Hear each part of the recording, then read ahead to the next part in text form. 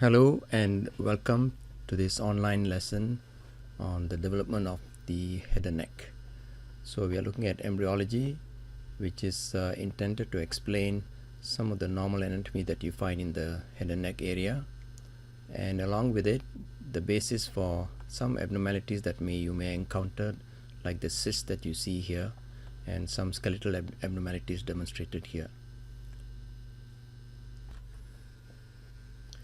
Today's topic is called the branchial apparatus. You might find this term a little bit intimidating, so what exactly is it?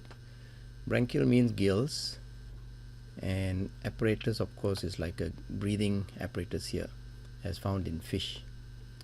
So what exactly is it in human development? Now remember how the three germ layers which were encountered in the embryonic disc in the early stage of development actually gave rise to structures called primordia. These are specific physical forms that are found between the 4th to 8th weeks, and which in turn contribute to the development of various organs and structures. Now the term branchial apparatus in human development refers to a group of primordia that look like the gills, like that is what is shown here, and gave rise to a whole lot of structures that are found in the lower part of the face, indicated here, and the anterior part of the neck. Okay, now let's see what you hope to achieve by studying the branchial apparatus. Now once you have finished the subsequent video that's following this, you should be able to explain a few things regarding the head and neck. Firstly, for instance, is the normal and abnormal locations of the thymus and parathyroid glands. As you know, during development, organs can change their location, and the subsequent presentation will explain to you exactly how this happens and what can go wrong. Secondly, you can look at the characteristics of some abnormalities like the branchial cyst and the branchial fistula. What these are will be explained later, and these are some of the relatively common abnormalities found in the head and neck. Thirdly, you can understand the basis for innervation of visceral organs, especially the pharynx and the oral cavity, and also the muscles that are related to their functions. The ear has extensive sensory innervation, and that should also be clarified once you have studied the branchial apparatus. Some internal features that are found in the pharynx also are clarified once you understand the development of different components of the branchial apparatus. Today we'll be looking into the development of some of the structures in the head and neck area, and the title of the subject today is branchial apparatus, also called the pharyngeal apparatus. You might be wondering what is branchial apparatus, because the term will be unfamiliar to you, although you are familiar with some of the structures in the head and neck. We'll come to that later, but for the moment we will examine the building of a castle, a sand castle, and see how you can relate that to development of any structure in any part of the body. As you know, this is a sand castle, so we need to start with the material. The material in this case is the sand, and if you want to compare that to an embryo, the material is usually one or more of the germ layers. You know, there's a trilaminar germ disc during early embryonic development, so any of the germ layers may form the material from which a particular structure might develop. So the next stage is this one. You can see this is now a special formation that is derived from the material, and in this case this is the sand that is going to be used to build the castle. And in embryology we use the term primordium to refer to something that is derived from one or more germ layers that will eventually become a particular structure. And there is a process of development whereby there's a change of shape, size, location, and so on, that eventually helps to achieve the form of the structure that we are talking about. And the final stages of course complete the castle here, and if some of the stages are not completed, then you end up with something that is defective. There's something missing here, and you may call it a congenital abnormality. Sometimes it may be necessary to locate this castle in a different area and if that is not achieved, then the castle is considered to be abnormally located or considered to be in an ectopic position. Now, if we overview the development of the human being, now starting with the zygote here and the baby at delivery, then you can divide the period of development into three main segments. The first one is called early development. This is the embryonic period where most of the physical changes take place. And the last phase is for any organ that is developing to become mature so that it can function at the time of birth. So if you are describing anything, even in the head and neck, we'll always refer to the germ layers. You can see the trilaminar germ disc here.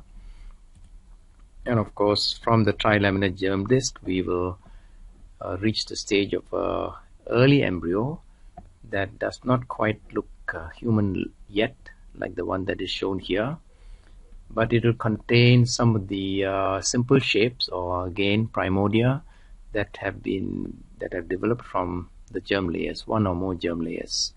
And of course, from this embryo, the primordia will undergo change of shape, size, sight, and so on, until every organ that you normally expect to see in the body looks like the particular organ and is located in the right place here.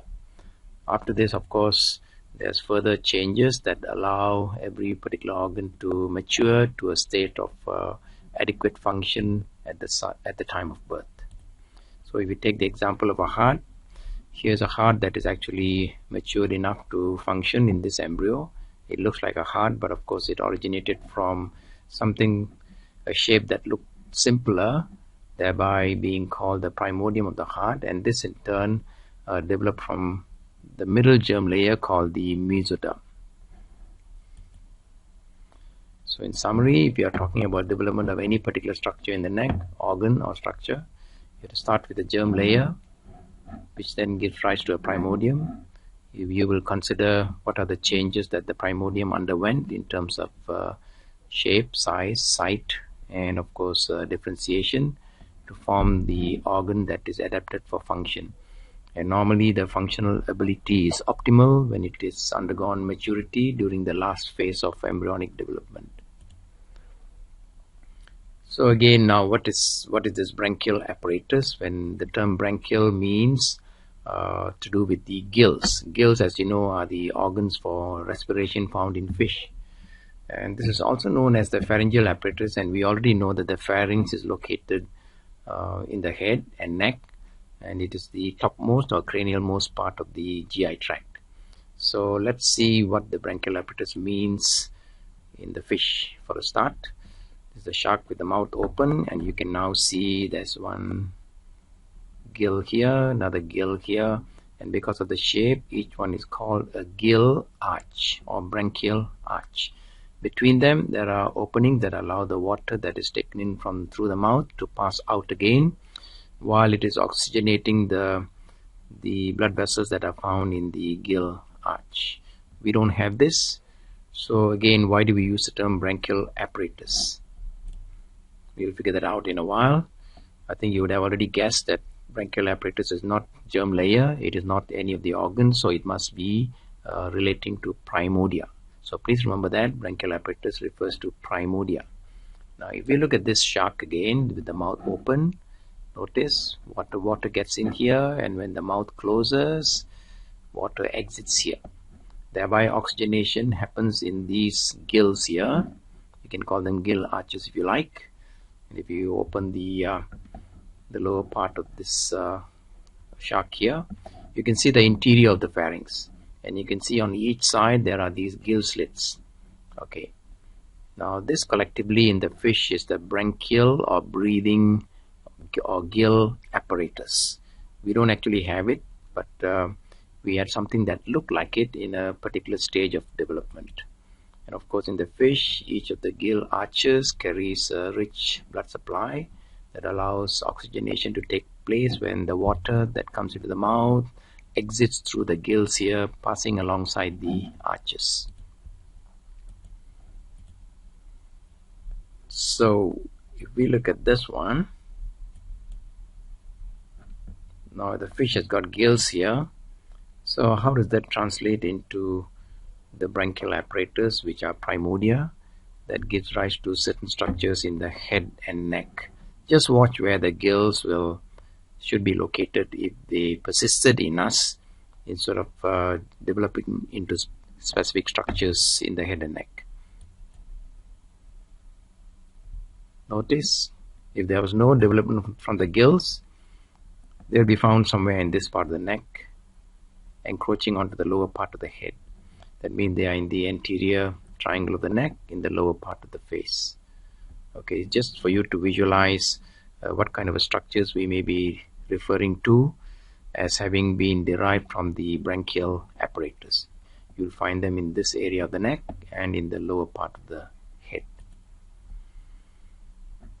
As you would expect, if the branchial apparatus does not develop properly, then the abnormalities will be found in this territory, anterior triangle of the neck and the lower part of the face. Examples would be like this one, which just happens to be a cyst or a balloon-like thing that is filled with fluid. Sometimes you see openings here. Notice they are all along in front of the anterior border of the sternocleidomastoid, thereby defining one of the boundaries of the anterior triangle. Okay, if this opening is blindly ending, it's called a sinus. Sometimes they connect with the interior, for instance, like the pharynx, and in that case they will be referred to as fistula. So there are other abnormalities, and some of them may affect skeletal structures, like here, for instance, the lower jaw development is affected. And as you know, skeletal structures derive from different germ layers as compared to structures that relate to skin. This is an example of a patient. This is the left sternocleidomastoid, the right sternocleidomastoid is somewhere here, and there's an opening. This may end blindly, or it may communicate with the pharynx inside, in which case it could be either a sinus or a fistula. This is a baby born with a cyst on the right side of the neck, again in front of the sternocleidomastoid. Again, it has to do with the development of the pharyngeal apparatus. Okay, so let's try to figure out exactly what the pharyngeal apparatus is and what are the structures that are derived from it. So we'll start with the germ disc here, and I'll show you some of the early stages that help to develop the germ layers. Here we are cutting the trilaminar germ disc transversely. Now you can see ectoderm on top here, endoderm in orange below, and mesoderm in green in between. And you know that the first major physical change that happens with the germ disc is called folding, and the folding converts this into a tube and results in the formation of the simple gut. Okay, as you know, the pharynx is the topmost part of the gut found in the head and neck. Okay, so just remember that in the gut there's endoderm and mesoderm. We'll go to the next slide. Just to go into some details regarding derivatives of the germ layers relating to the gut. So if we take this as the endoderm, mesoderm and ectoderm, I will rotate this, not rotation, sorry, it's folding. And the result of that is we have a gut surrounded by mesoderm. So what are the derivatives of the endoderm? Endoderm, as you know, forms the lining epithelium of the gut, and in addition may form these projecting structures enlarged up here, okay, to show that each of these actually contains a cavity, and it is a gland. Okay, a gland that opens into the lumen here will be exocrine gland, but some of the glandular structures may be separated from the lumen, and they may secrete into blood vessels, thereby becoming endocrine glands. So remember that endocrine glands actually become separated from the original epithelial lining. All right. Now look at the mesoderm. The surrounding mesoderm gives rise to muscular structures, and in certain areas they may even form skeletal structures, muscles and blood vessels and so on. Now some of these projections, which can be referred to as diverticula. So remember that a gland is something like a diverticulum, meaning it's hollow here. All right. Some of them may be large to form larger glands, like this one here. And you can see the hollow cavity inside here. And in certain situations, a hollow projection like this may be referred to as a pouch, as we shall see in the case of the pharyngeal apparatus or branchial apparatus. We just watch the development of the trilaminar germ disc, okay, and try to figure out what exactly is the pharyngeal apparatus or branchial apparatus in us. Notice folding has taken place and the embryo is now three-dimensional. Now that is the head end of the embryo, the tail end of the embryo. You can also see the bulge of the heart, and the mouth is somewhere here. And look out for a formation somewhere here. That will be called the branchial apparatus. There we have it. Notice a series of grooves here which reminds us of the gill slits in the fish. And this is our future neck, and this area will be part of the lower part of the head. And this again is the bulge of the heart. So this in us, which we do not have as adults, is referred to the pharyngeal or branchial apparatus because it looks like the gills in the fish, but they develop into specific structures in us depending on whether it's ectoderm, mesoderm or endoderm. So we'll just continue the development here. Notice we are looking at the side view here, and we'll superimpose the gut now. There you are. So we have the cranial most part of the gut, and this part of the gut next to the gill-like area is called the pharynx.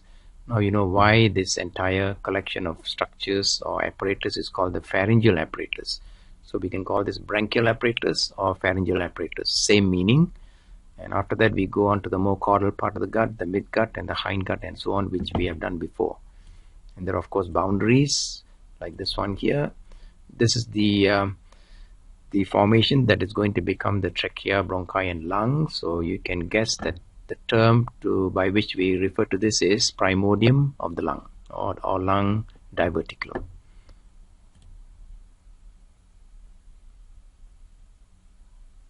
So you can see the branchial formation that we saw earlier over here is practically all disappearing, okay, and is normally disappeared by the later part of the embryonic period because they have developed into specific structures.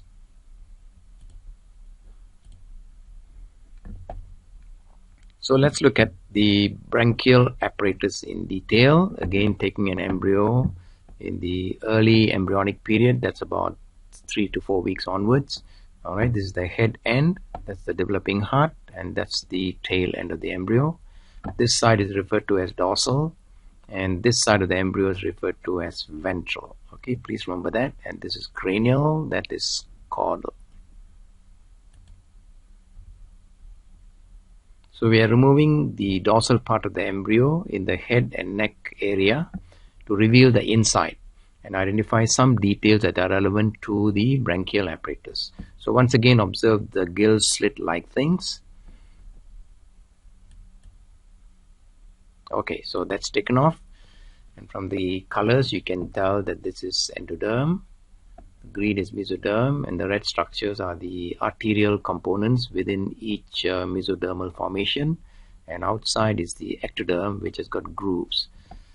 Notice there are several of these arches, and we need to be specific because each of them develops into different specific structures, and the same applies to the endoderm. So let's see how we name them.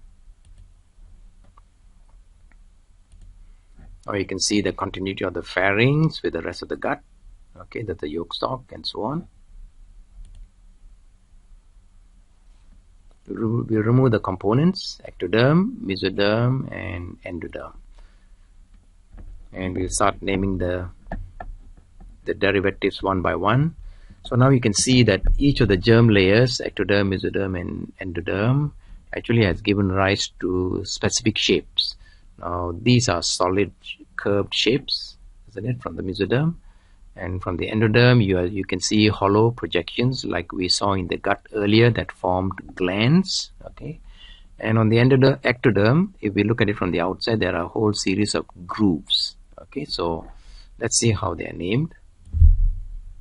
Endoderm, mesoderm, endoderm, sorry. So we got ectoderm here, mesoderm and endoderm. Now I'll give you the names now. These are called grooves or clefts for the ectoderm.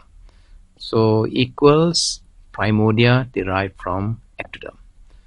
So these shapes on each side, curved, are called arches. So arches by definition are primordia derived from mesoderm. And similarly, endoderm has got hollow projection, 1, 2, 3, 4, and so on. And each of them is referred to as a pouch. So when someone refers to a pouch, automatically you'll know it's a primordium derived from endoderm. Referring to an arch is a primordium derived from mesoderm. And referring to a cleft is primordia derived from ectoderm. Alright, we'll refer to them later as we move on. In summary, you can see primordia are formed from the different germ layers, endoderm forming pouches, mesoderm forming arches, and ectoderm forming clefts. Now in this image, which looks very much like a shark, you can see the eye, the mouth, and the clefts here. We want to look at further details regarding the pouches, arches, and so on. How many are there and how do we number them? Okay, now going back to the formation of the arches, how is it formed? This is the ventral part of the pharynx. Remember, the dorsal part has been removed, including the head and so on. Now, how did we get the arch shape? There was a migration of cells from this part of the embryo found alongside the neural tube called the neural crest. They migrated to the mesoderm here, and the result of that was a serial enlargement in this manner to form a series of curved mesodermal arches. So how many do we have here? 1, 2, 3, 4, 5, 6. Notice that the pouches and the clefts are found between the arches, and the numbering depends on which pouch follows which arch. So let's say this is arch 1, arch 2, arch 3, arch 4, arch 5, arch 6. How many pouches do we have? Because they are in between the arches, we got 5 pouches. First, second, third, fourth, and fifth. Similarly, we have 5 clefts. First, second, third, fourth, and fifth. But there's a change that occurs in the developing embryo. The arch that is numbered 5 undergoes breakdown and disappears, thereby resulting in the fusion of, imagine this disappearing, these two adjacent pouches will come together. Okay, so subsequently we'll refer to these two as 4 plus 5. Similarly, these two grooves also tend to come together, but they are not of much consequence and we will not be referring to them. So remember, when this arch disappears, we will have pouch 1, pouch 2, pouch 3, and pouch 4 plus 5 together. So these are the arteries called aortic arches that are found within the respective mesodermal arches, and they help with the oxygenation of the blood as it passes through the arch in the fish, or gill arch in the fish. And the fish, to allow that oxygenation, need to have continuity of the passage from the inside of the pharynx to the outside, so that water can flow through the mouth, out through the pharynx, and out back into the sea. All right, allowing oxygenation to take place in the arches. We do not have this passage. It only occurs if the endoderm and the ectoderm come together, because that always results in a breakdown. So in us, the ectoderm and endoderm may come close, but they do not actually make contact.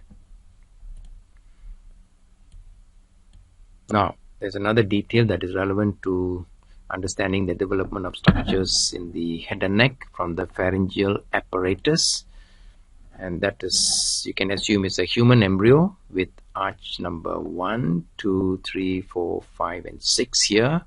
Now there's another feature that you must remember here, which is called just above the heart. Remember, this is the developing heart. If it is just above it, there's a ridge or elevated border that is found here, like this. And because it is above the heart, it's called the epicardiac ridge. Okay.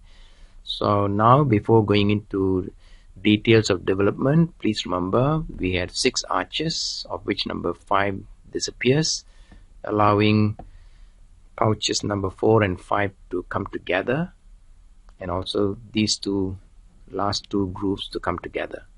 Okay. Alright, so now we look at a vertically oriented specimen, and we'll go into the details of what structures will develop from the endoderm, mesoderm, and ectoderm. Now this is a sagittal section of the embryo. That's a head end, dorsal side, ventral side. Okay, we'll just look at the formation of the arches, pouches, and clefts just to visualize it. This is the right side of the pharynx. Now we can see originally there were 5 pouches, but we have only 4 here because arch number 5 has disappeared. So this is pouch 1, pouch 2, pouch 3, and pouch 4 plus 5. As you can see more caudally, we can see the development of the trachea here, which will later become the lungs lower down, and the continuation into the esophagus. All right. Coming to the left side, we can see there's a pouch here, first, second, third, fourth, and fifth. All right. So just like in the rest of the gut, these are likely to become glands. And in the head and neck, those that become glands are mostly becoming endocrine glands, not exocrine. Some of these hollow diverticula don't become solid glands but just remain hollow, meaning they can become a tubular structure, as we shall see soon. So I'm putting the other components of the pharyngeal apparatus. Okay, this is green is a arch. So if I complete the green component, can you see first arch, second arch, third arch, fourth arch? This must be number 6, isn't it? Because 5 would have disappeared. Okay. And this is the ectoderm with the first groove, second groove. Grooves are also called clefts, third and fourth, and so on. Or you can call it 4 plus 5 if you like. Not of interest to us. Okay, the mesoderm, just like in the gut, remember, can give rise to skeletal structures, which is not found lower down, but found in the head and neck. In this case, it is the cartilage of each arch. Can also give rise to vascular structures, in this case the aortic arches, which we will not be covering in any detail, and we will see other details as we move along. And each arch has got its own nerve, which is a cranial nerve, that will supply some of the derivatives of the arches. Okay, so this will be, normally this is cranial nerve 5, 7, 9, and the more caudal ones are from the 10th nerve or the vagus. Okay, 5, 7, 9, 10, 10. We'll now look at details, again starting with the left side. Okay.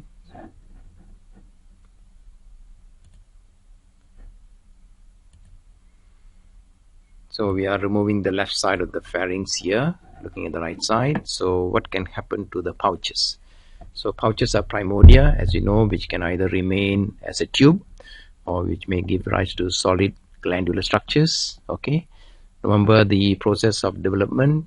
It can involve migration of structures from one place to another, and it also involves usually change of size, shape, as well as site, which I've just mentioned. Okay, so this is pouch 1, 2, 3, 4 plus 5.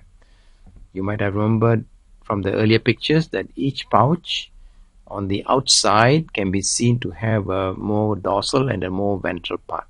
Okay, we will refer to that when we look at the left side. Look at this carefully now. Each pouch, look at the first pouch. Notice that the ventral part has disappeared. Dorsal part actually remains a tube, does not become a gland. This is the tube that connects the part of the pharynx to the ear. So it's called the eustachian tube or pharyngotympanic tube. Now we'll go to the second pouch. It becomes a solid structure. Which part? The ventral part. Proliferation of the epithelium gives rise to a solid structure. And this structure is found at the back of the oral cavity. Notice that here the nasal cavity and oral cavity are sharing a common passage because the palate is not formed. So if we look at the back of the oral cavity, the solid structure on either side we know is the tonsil, which is called the palatine tonsil, and that is derived from the second pouch, second pharyngeal or branchial pouch. Let's look at the third and what is called the 4 plus 5. We don't see them. What do you think could have happened to them? Well, in this case, they have actually become detached from the pharynx and migrated elsewhere. Remember, site? Site means they have moved to a new place. So we have to see them from the left side. So let's move to the left, crossing the midline. Midline is where the tongue is formed. Notice behind the tongue is the epiglottis, which is found at the entrance of the larynx, which leads to the trachea. Let's complete the pharynx on the left side. Notice the dorsal and ventral part of the pouch that I mentioned. This is the dorsal part of the first, dorsal of the second, third, and 4 plus 5. This is the ventral part, ventral part, ventral part, ventral part. So in summary, you remember on the right side, ventral part of the first pouch disappeared, dorsal part became a tube. Dorsal part of the second pouch disappeared, ventral part became solid and remained where it is. These more caudal pouches form glandular structures that do not remain here but move elsewhere. We will now see structures that are not so relevant to us, especially skeletal structures and so on. So notice this is the first arch derivative. I think you would have guessed that it is forming the skeletal components of the chewing mechanism, maxilla, mandible, and so on. We do not need the details of their development. Also forms some of the ossicles, malleus and incus. Second arch component, the skeletal component, together with the third arch component forms a hyoid. Now notice skeleton is now being formed in cartilage that is replaced by bone. So that is called endochondral ossification, okay, which is what has happened here and to some of this bone, even though this bone's development is a little bit more complicated. Alright, so let's look at this cartilage here that is going to form the thyroid cartilage. The last one remains as the cricoid cartilage. Okay, so if you are interested, you may want to remember that the mandible is from the first arch, the hyoid is from the second and third arches, the thyroid cartilage is from the fourth arch. Remember, arch 5 disappeared, so cricoid must be from the sixth arch. The mesoderm also forms other structures. Remember, mesoderm gives rise to muscle as well. So as expected, the first arch mesoderm gives rise to the muscle that are involved in mastication, chewing. Second arch mesoderm forms these two muscles, which you will learn later. This is the digastric here, this one, and this is called the stylohyoid. All right. Notice the front part of the digastric is going to the mandible here. These are derived from the second arch, which means they are supplied by the nerve of the second arch, which I mentioned earlier was the seventh nerve or facial nerve. The derivatives of the first arch will be supplied by the nerve of the first arch, which is the fifth nerve, in this case the mandibular division. As we go more caudally, there are muscular structures that serve the pharynx and the larynx and so on. They will be innervated by the more caudal nerves or the nerves belonging to the more caudal pharyngeal arches. So these are the aortic arches, which we need not look at in detail.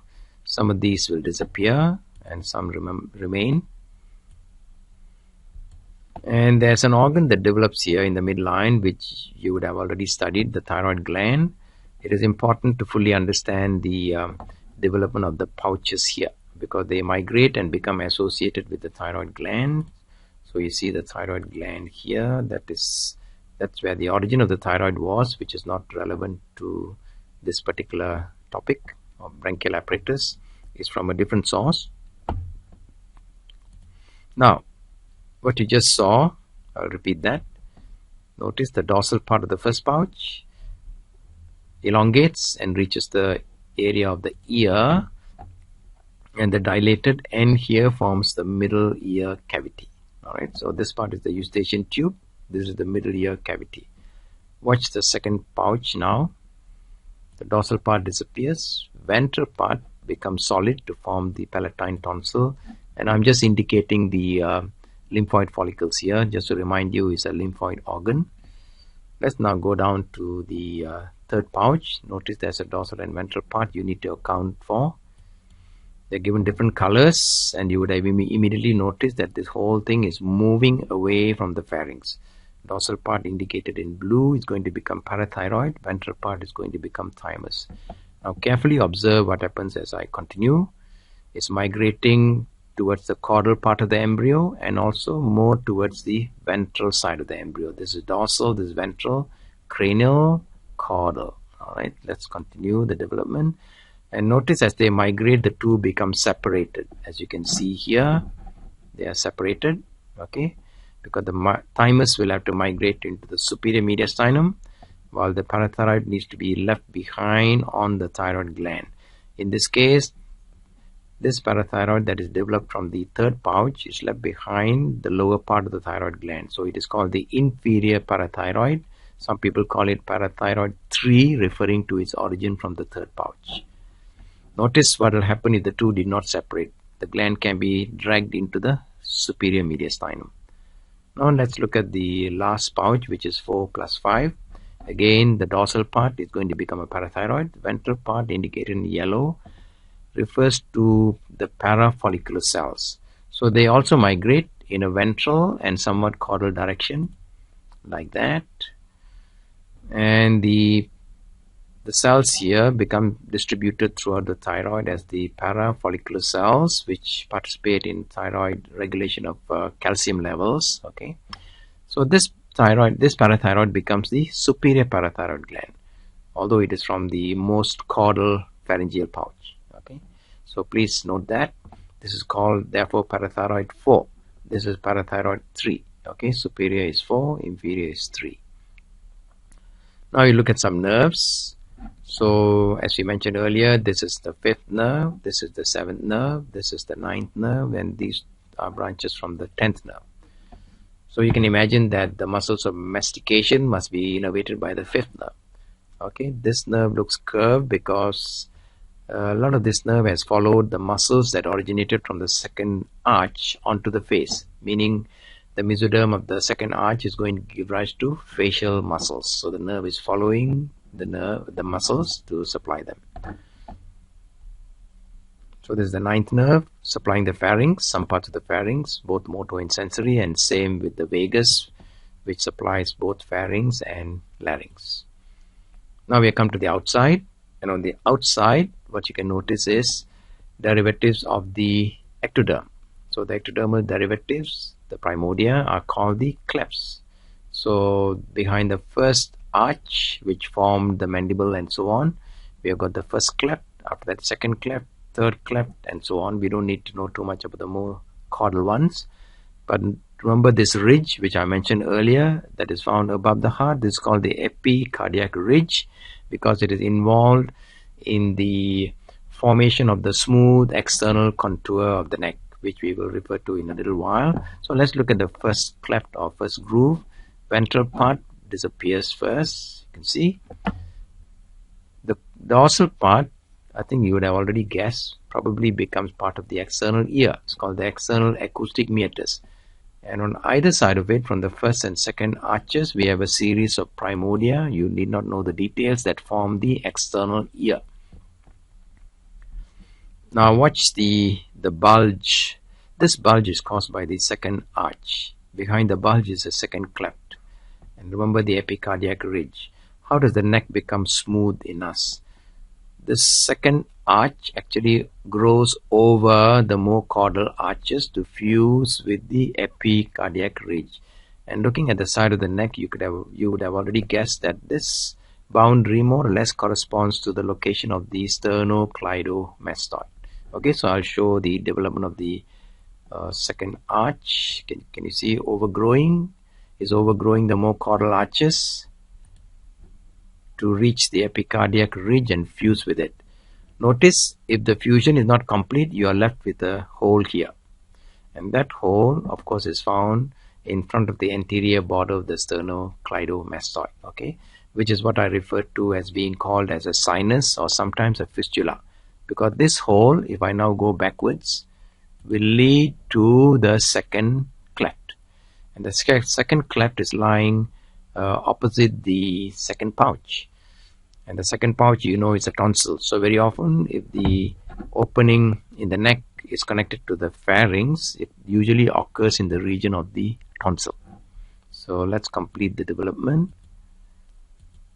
Now the neck has assumed a smooth external contour. So just to highlight to you, referring back to the clinical cases that we showed earlier, this is the front view of the neck, suprasternal notch, left sternocleidomastoid, right sternocleidomastoid. Notice this opening. This opening actually may extend to a varying degree inside. And this is the result of the failure of fusion of the second arch that was trying to reach the epicardiac ridge. All right, so in this case, if it is not connected to the pharynx, it will be called a sinus. If it is opening into the pharynx, it will be called a fistula, which means a person sometimes swallowing liquids may find some of the liquid oozing out of this opening. And in this case, what has happened is the fusion has completed, but the epithelial lining of the ectoderm has got trapped inside, okay, into an enclosed space. And if it starts secreting, then it forms a cyst, and that will be called a branchial cyst. So if we come back here, the derivatives of the pharyngeal apparatus are found in this area that is marked out with a yellow boundary. The derivatives are found in the lower part of the face. You can see examples will be mandible. Some of the bones in the ear, they are from the first arch and so on, which is part of the pharyngeal apparatus. And the other structures that we talked about, like for instance, tonsil is deep inside here. Then the parathyroid glands will be found behind the thyroid gland and so on. The only structure that may be considered outside this boundary will be the thymus that has moved down into the superior mediastinum here, which means most of the abnormalities that are likely to manifest if the developmental process was improper will be found within this boundary. Example, as I showed in the case of the young child, this is what is called a pharyngeal or branchial cyst, typically found in front of the upper part of the sternocleidomastoid, or it could be sinus, again found either here, here, or here, and so on. Normally you don't see multiple, just one, but in any of these positions. This can also be a fistula. In this case, this is the result of incomplete formation of the ear, relatively common and often bilateral. And this is a blindly ending tube that is found in front of the ear called a preauricular sinus. Tends to occur on both sides, so please check the other side if you are seeing a patient. This is a skeletal abnormality and so on.